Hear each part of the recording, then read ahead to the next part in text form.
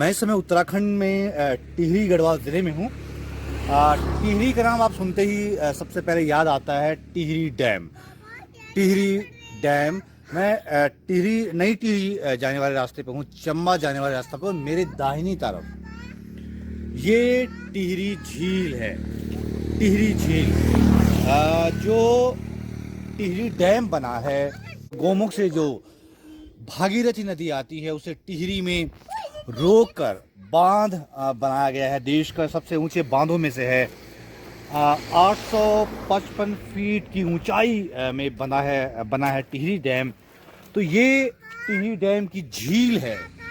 करीब 52 square kilometre में फैली बहुत ह्यूज झील है। पहाड़ के बीच नदी को बांधा गया है। स्विमिंग पूल में जा सकते हैं। उस स्विमिंग पूल नहीं है, वो एक लेक है। तो हम टिहरी झील के साथ साथ चल रहे हैं अभी। रुको एक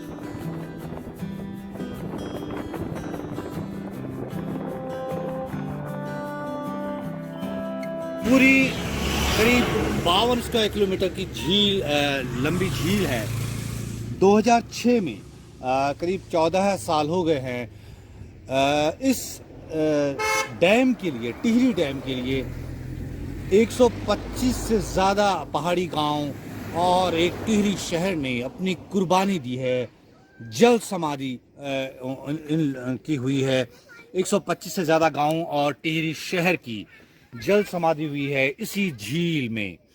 तो देश को रोशन करने के लिए, जगमग करने के लिए, बिजली पैदा करने के लिए इतनी बड़ी कुर्बानी दी गई इन गांवों के लोगों के द्वारा, इन गांवों के द्वारा, शहर के द्वारा। इन लोगों को कहीं और विस्थापित किया गया। बहुत लंबी लड़ाई, टिहरी डैम की लड़ाई के बारे में आप जानते होंगे। बहुत लंबी लड़ाई इसके लिए हुई है और आखिरकार 14 साल पहले सब कुछ डुबो दिया गया। उसके बाद ये झील तैयार हुई।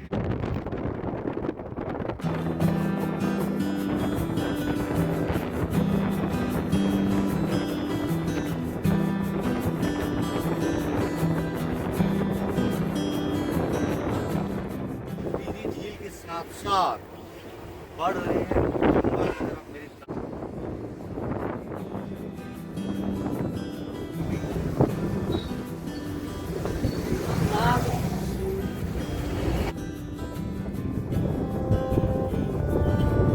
पहाड़ों की गोद में ये है वो विशाल जलाशय जिसे टिहरी झील के नाम से जाना जाता है। टिहरी झील।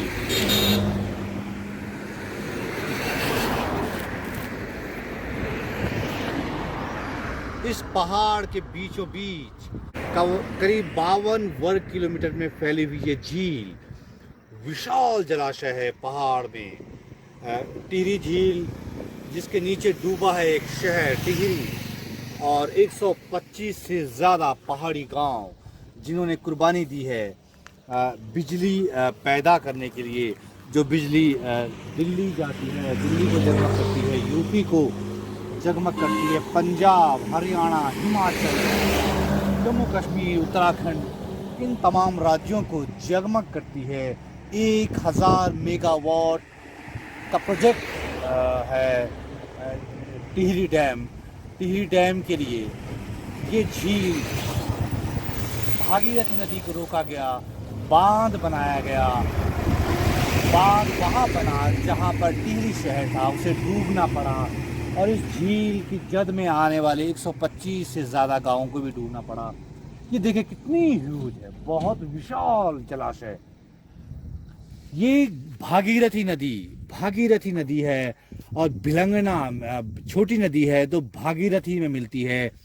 ये भागीरथी नदी आ रही है गोमुख ग्लेशियर से, गंगोत्री होते हुए, और ये टिहरी होते हुए आगे जाती है देवप्रयाग, देवप्रयाग से ऋषिकेश, वहाँ से हरिद्वार। लेकिन यहाँ पे इसका प्रवाह वैसा नहीं है। ये रुकी हुई नदी है जिसे टिहरी डैम में, जिसका पानी बिजली पैदा करने के काम आता है। तो देखिए कितने बड़े इलाके को डुबोया है इस झील ने।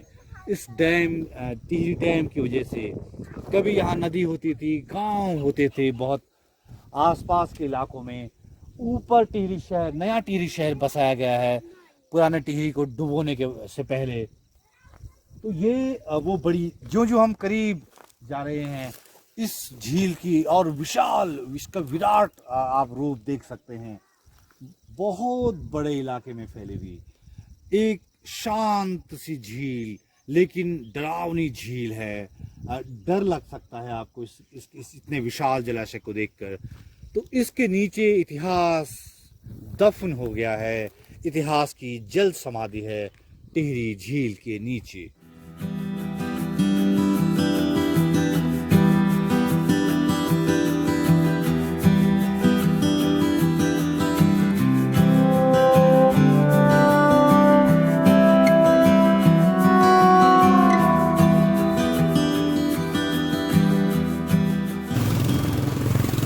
तो आप देख सकते हैं कितनी विशाल काय झील है। इस झील का कोई और छोर नजर नहीं आ रहा है। जहां तक नजर दौड़ाओ पानी ही पानी, बहुत ह्यूज, बहुत विशाल झील है। ऐसा लगता है जैसे ये आसमान हो, एक नीचे, एक आसमान ऊपर, एक आसमान नीचे। तो ये कुदरती झील नहीं है, ये नेचुरल झील नहीं है, ये मैन मेड झील है, ये इंसानी दिमाग की उपज है। ये ज़रूरत, जो बिजली की ज़रूरत है, जो जो शहरों को जगमग करने की, रोशन करने की जो जिद थी, जो जगमग करने का जो इरादा था, उसने ये प्लान किया और ये पूरा इलाका डूबा हुआ है। टिहरी शहर इसके नीचे दफन है, 125 से ज़्यादा गांव इसके नीचे दफन हैं। आसपास जब हम पहले आया करते थे तो आसपास गांव होते थे, लेकिन अब गांव का कोई अता पता नहीं है। आसपास के जो गांव हैं सबको झील लील चुकी है।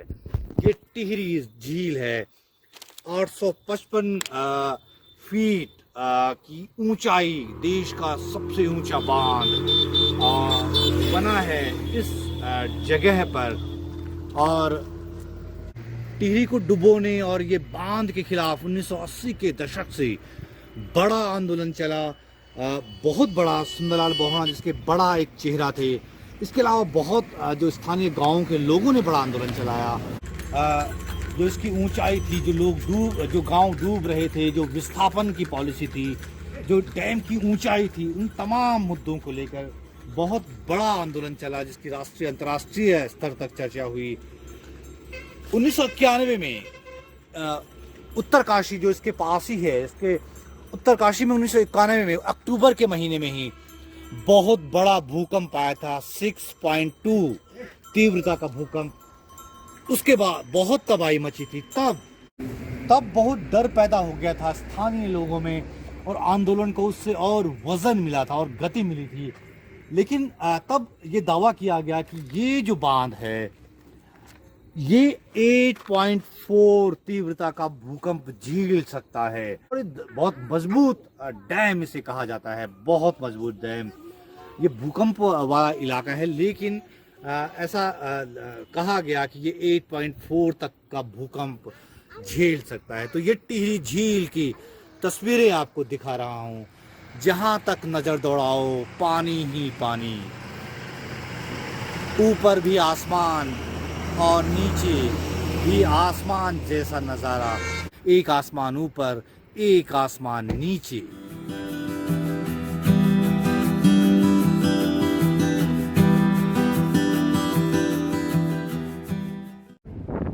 टिहरी डैम है जिसका मैं जिक्र कर रहा था, 855 फीट की ऊंचाई की बांध।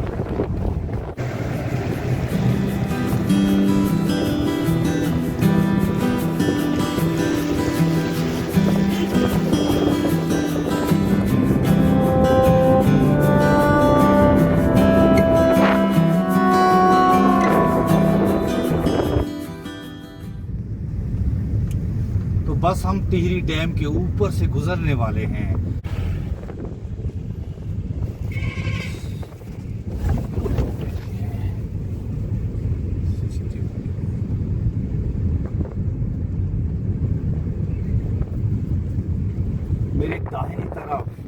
झील वहाँ से आ रही है।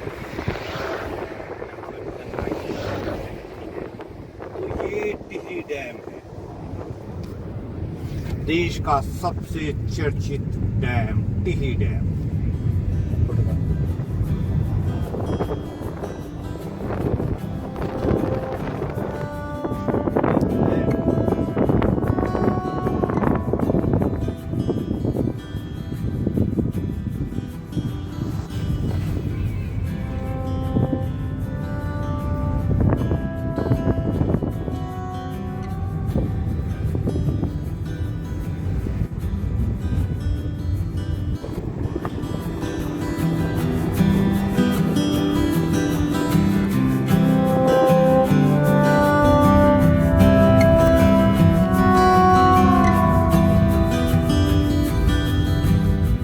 मैं अभी ठीक उस जगह पे खड़ा हूँ जहाँ पे टिहरी शहर डूबा है। इस झील के नीचे है टिहरी शहर।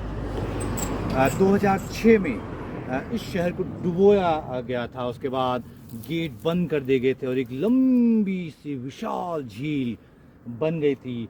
पहाड़ की गोद में एक लंबी झील भागीरथी नदी जो आ रही थी उसे यहीं बांधा गया।